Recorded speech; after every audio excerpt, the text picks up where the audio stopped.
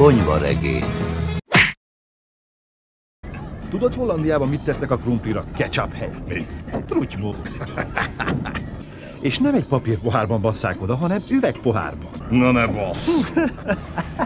A saját szememmel láttam, hogy üvegpohárban. Na és tudod, hogy hívják a sört Párizsban? Nem sajtos negyedfontosnak hívja? Nem, mert ott nem fontban mérnek. Fingjuk sincs arról, hogy mi az a negyedfont. Na és hogy hívják? Úgy hívják, trutymó.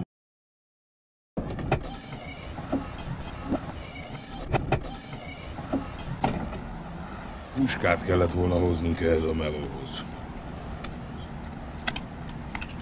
Hányan vannak fent? 3 vagy 4. Az emberünkkel együtt? 3 vagy 4. Szóval lehet, hogy 5-en is vannak odafent? 3 vagy 4. Puska kellett volna, bazd meg. 3 vagy 4.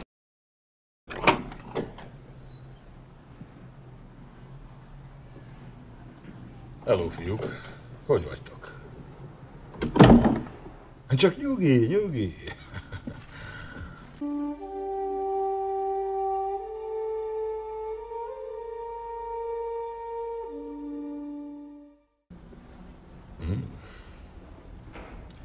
Tudjátok, kik vagyunk?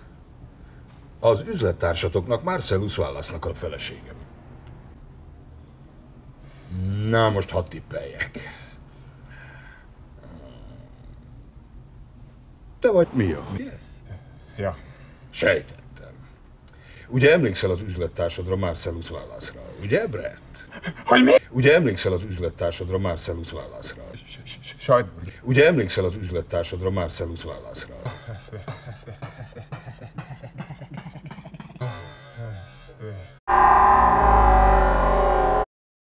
Úgy látom, Vincenttel épp reggeli közben zavarunk. Ja.